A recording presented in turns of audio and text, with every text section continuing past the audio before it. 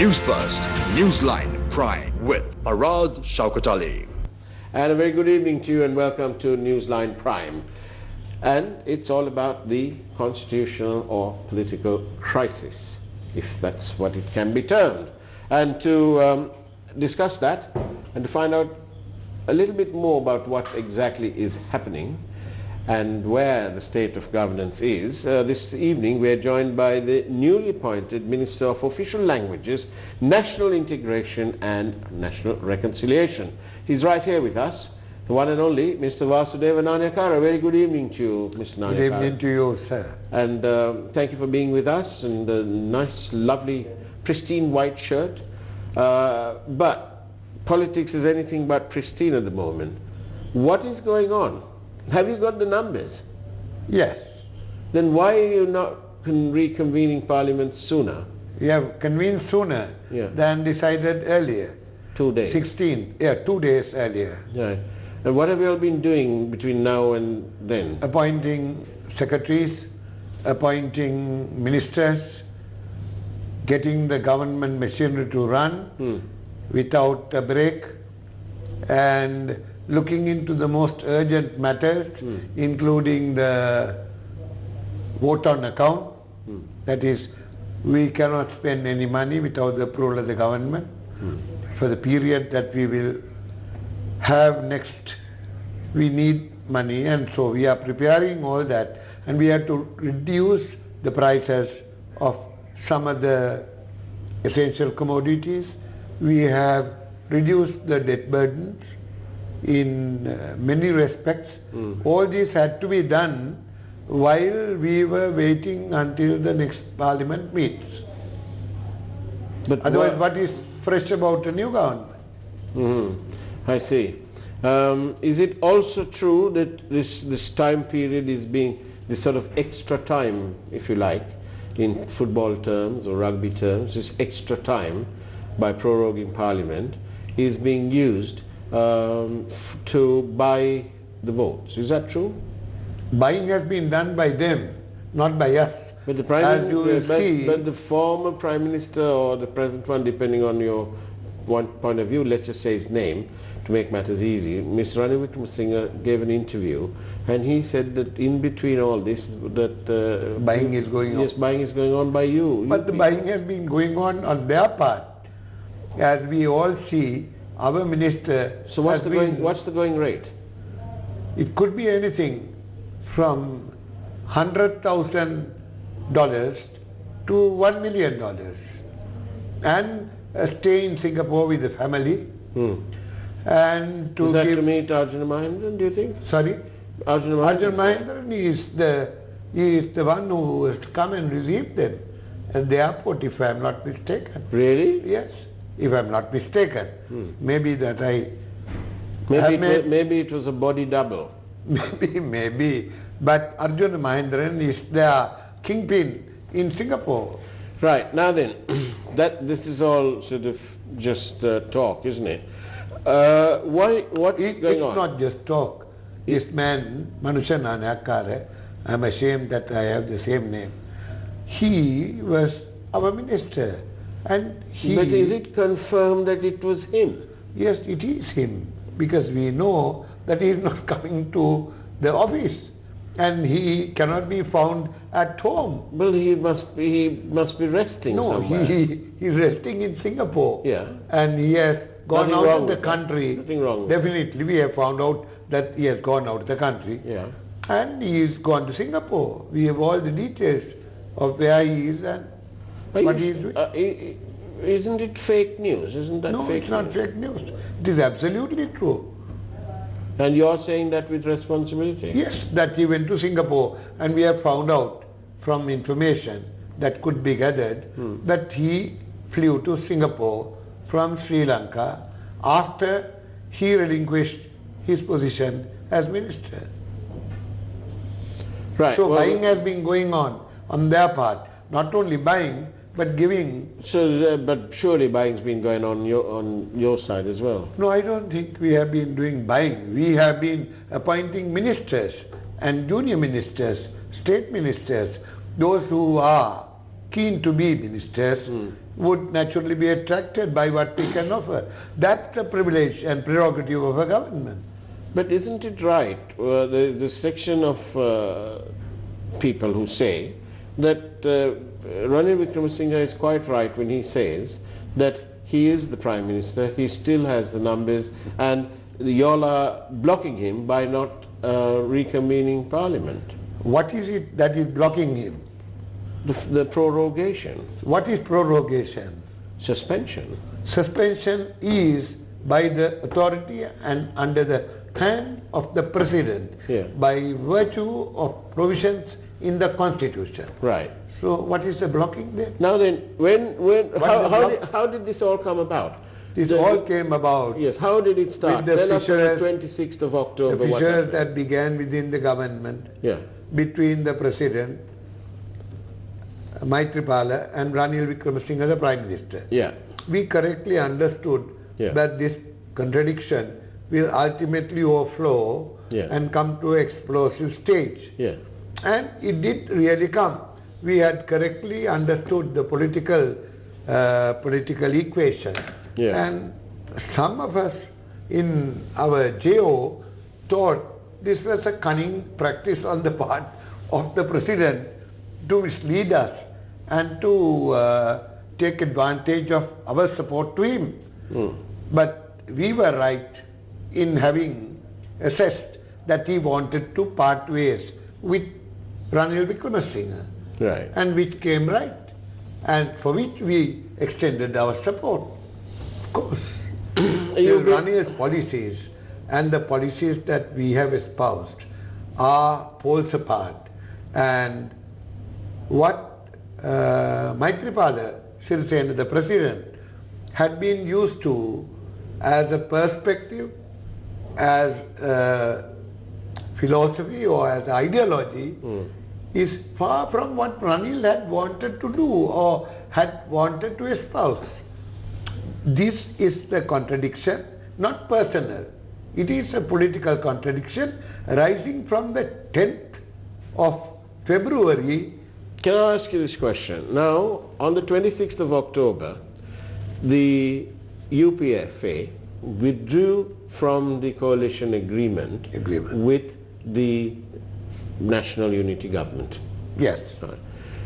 They had 106 at that time when they were elected. And then 42 members of the UPFA joined them, and so, everything was all right. When they withdrew from the coalition, clearly the size of the cabinet would have had to have been reduced. Not the size of the cabinet. The cabinet becomes functus, if I may use the Latin term. It becomes functus because what had been put together has been put asunder. Right.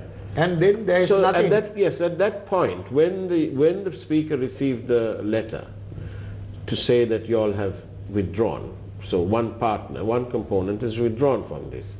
And so obviously the provisions of the Constitution governing the size of the cabinet, etc., has all gone away. At that point, would it have been proper for the Speaker to ask the Prime Minister to show whether he could muster at least the required 7 or 8 members to make up the numbers? For the majority. Yeah.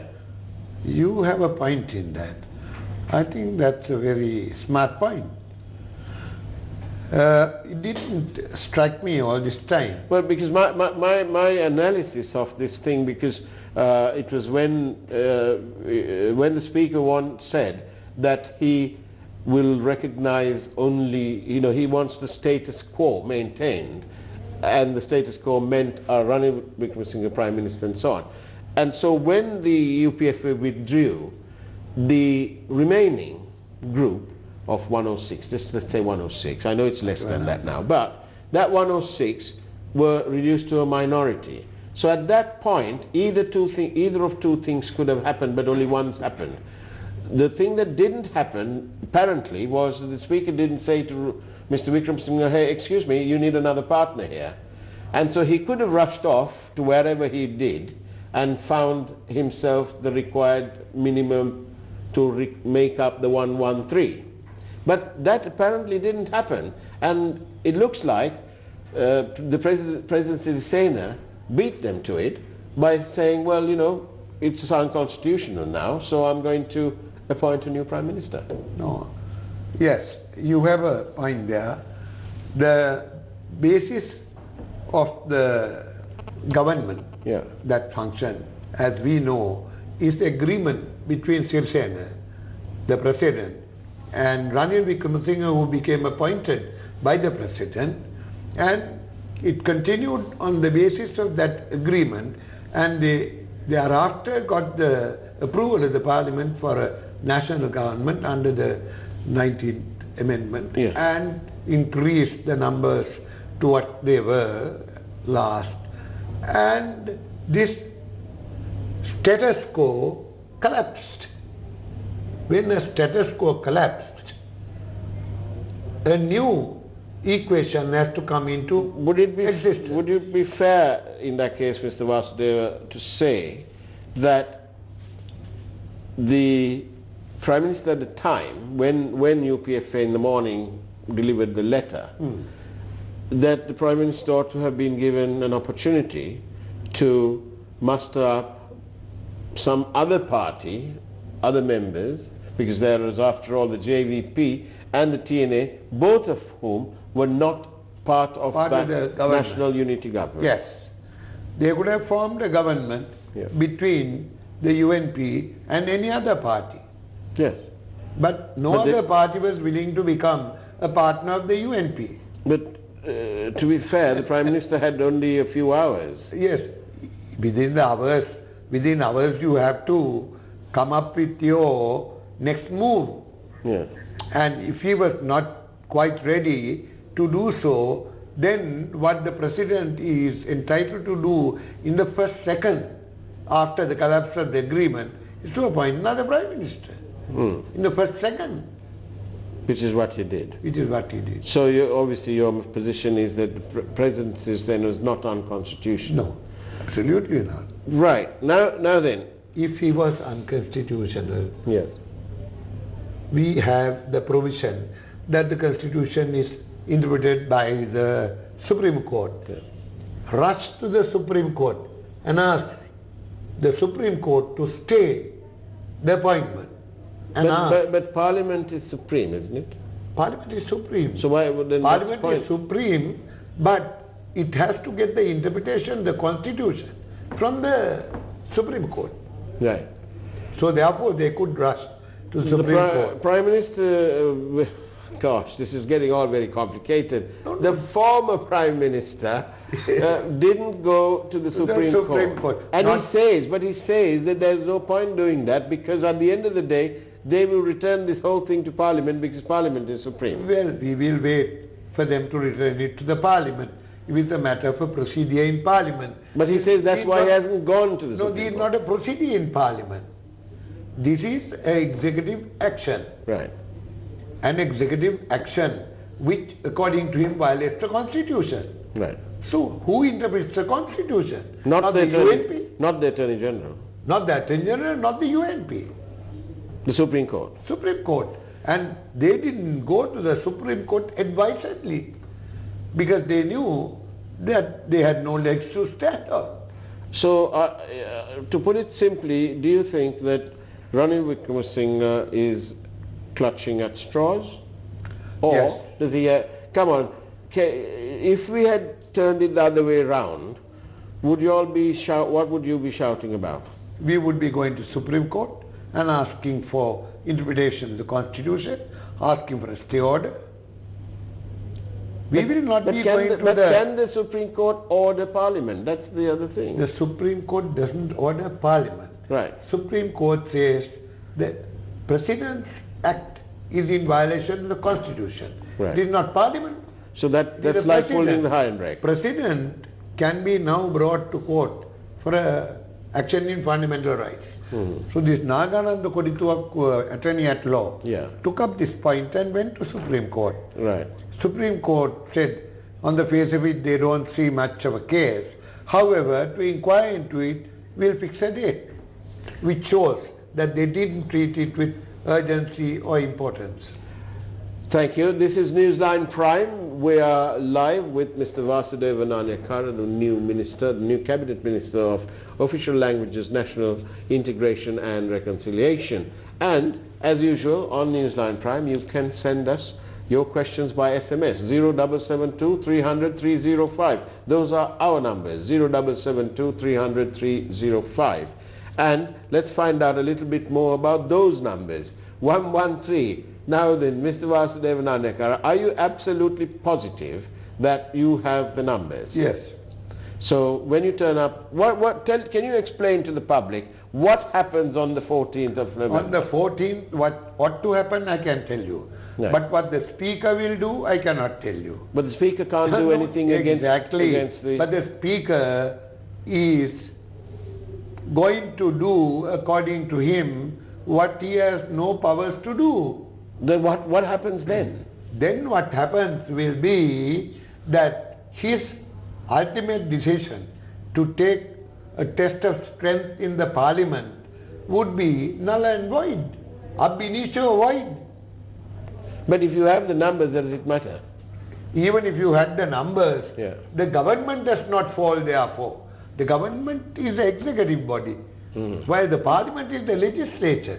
Right. In the parliament, what happens to a government is either being defeated by a vote of no confidence or being unable to pass legislation. What about a floor vote? What is it? Floor? A floor vote, Floor vote when you means, put it means the... nothing. It means nothing. Even if it was had contrary to all the rules by the speaker. But that's why apparently the speaker would like to see the standing order suspended. He can't. How does one achieve that? It's again by a resolution in parliament. Right. You have the standing order suspended. Yeah. If it is not What is it unanimously done? agreed, How if it's not it unanimous, is can it moved be that one? the standing orders be suspended. You can't suspend all standing orders. Right. There are certain standing orders which remain unsuspended even when suspended. Right. In that context, even if all the provisions in the standing orders are suspended and the speaker says, I ex mere motu, or I feel that I have the right and the power to ask for a division, to see who the government is, which he has no business to do. Government is appointed by the president, not by the speaker. What will happen on that day? What will happen on that day? For example, can you tell me who will occupy which seat and so on? Seats will be arranged according to the gazette notifications. Yeah. That's the law, no? When a gazette is issued, so and so is the Prime Minister, so and so are the ministers. Yeah. Then the seats are arranged accordingly on the right hand side of the speaker for the government. Yeah. So that there will be no problem. But if they want to violate the law, then the law enforcement agencies will come in to the scene. If they want to violate the law, Yeah. as long as they don't violate the law, if they only have this constitutional debate, or the debate whether they have a right, whether the speaker has the right to put the test of strength of either party, who the government is, they can go on doing all that. But that doesn't affect the right of governance. Who will sit in the Prime Minister's seat? Mahinda Rajapaksa. That the speaker has agreed. So if he's So the agreed with speaker that... can't blow hot and cold. Well, if he agrees that he is the Prime Minister, the ministers appointed have a right to sit at the ministers on his right hand side, then in the same breath he cannot say, I cannot accept who the government is, can you? Is the Speaker under some form of undue pressure? No. He is a motivated UNP leader. But all of you all agreed to have him as a Speaker. Yes, at one point. Yeah. At one point. But later on, if he has, I wrote a letter to him today. I'm sorry I couldn't bring it. I sent it to him. I said, you were a main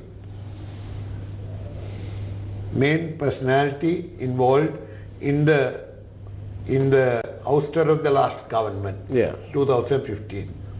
And you have, at that time, when Chamal Rajapaksa was the speaker, you willingly became a party to have Ranil Wickremesinghe, who had 45 members on his side, together with you, I'm writing to the speaker, to become the Prime Minister, while having a minority in the House. And now, you as the speaker, you are telling us that a minority cannot be a government. How comes this? And this shows that you have acted in violation of your conscience even. And you have now invited the ambassadors and other representatives of embassies to come and meet you, or you have entertained them, and they are dabbling with our political affairs of our parliament, of our executive. I have asked, will our ambassador in Washington have the right to go and speak to the speaker in the Congress to ask what's happening there in the Congress, what should happen in the Congress? Can we do that? I have asked that question. And have you had a reply? No, not yet. I have sent the letter to... I've written to Downing Street as well. Yes, copied to everybody. Yes, but I've only received a sort of an acknowledgement from Downing Street, and they say that they have sent it off to the Foreign and Commonwealth Office who deal with these matters, and I'm waiting for their response. But Tamara Kurunayakam, who is a former permanent representative of the UN for Sri Lanka, was on this program on Newsline a few days ago, and she said that it is unprecedented that all these ambassadors trooped in to Temple Trees, and she suggested that they should all be expelled for interfering in the affairs of a sovereign nation. I think I could agree with Tamara. They should be treated as persona non grata and asked to leave. Right. But out of courtesy of our in international relations, we might not go as far as that. But we will question why and how they have an aggressive concern in our affairs in the parliament, and that they had to go and meet the speaker in his room and advise him what to do. There's several questions coming in. Now then, let's see. Why can't Emma and his team forward the list of 113 plus members of the government to allocate the seats? There is no requirement to submit the names, numbers, but the names have been submitted for the allocation of But seats. Sri Lanka is attracting so much of negative publicity, perhaps unfairly, but nevertheless they are attracting a lot of negative publicity. There's a travel advisory in place by some countries, and in fact some people, some companies in Korea are saying, how safe is it in Sri Lanka now? Because we've been told there's this travel advisory in place, and so people are internationally, there's a lot of focus on Sri Lanka, and they're getting kind of colourblified. Yes, I can understand. So that. why can't, if you have the numbers, why can't you sort of mitigate all that? We don't have to mitigate anything in order to continue as a government.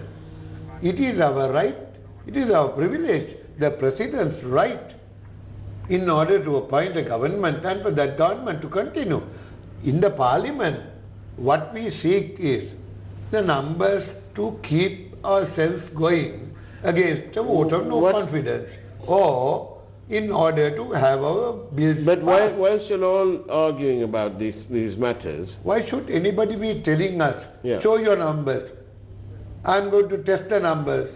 Why don't you leave a government alone to carry on if they cannot? But now have the passage of bills? what's happening to the ministries? What's happening to the work?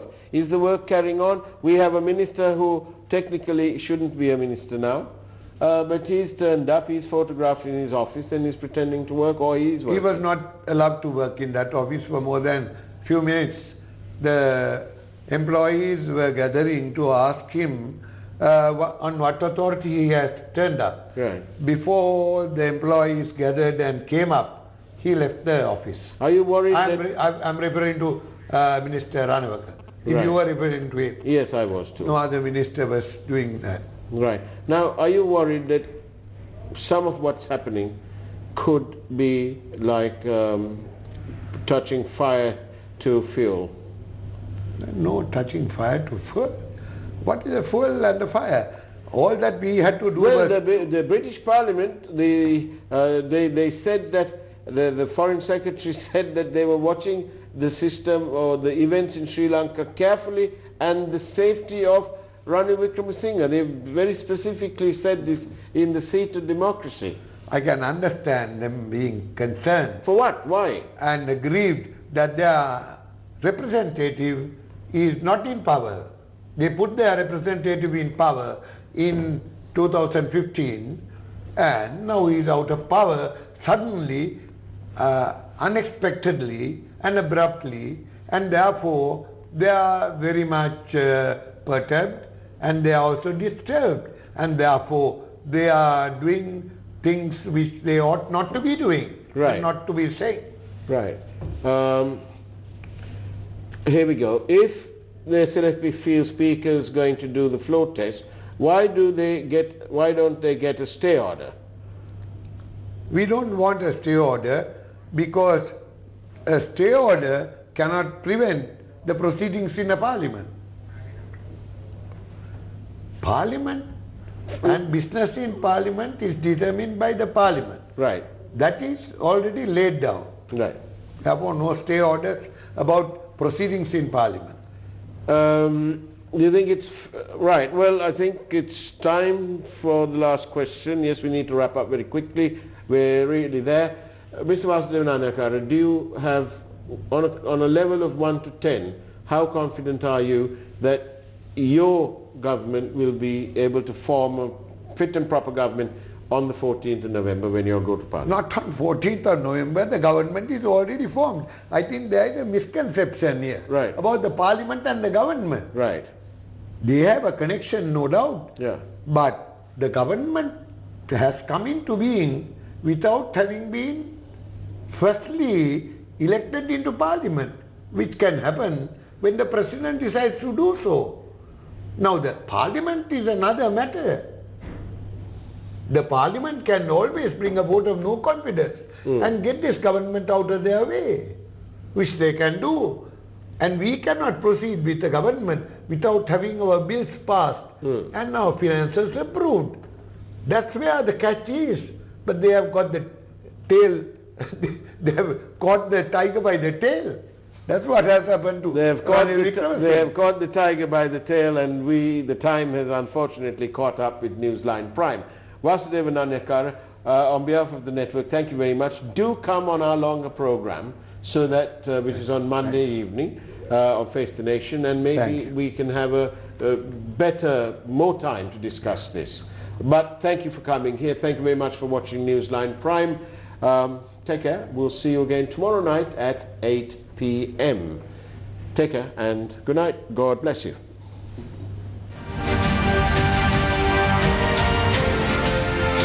News First, Newsline Prime with Faraz.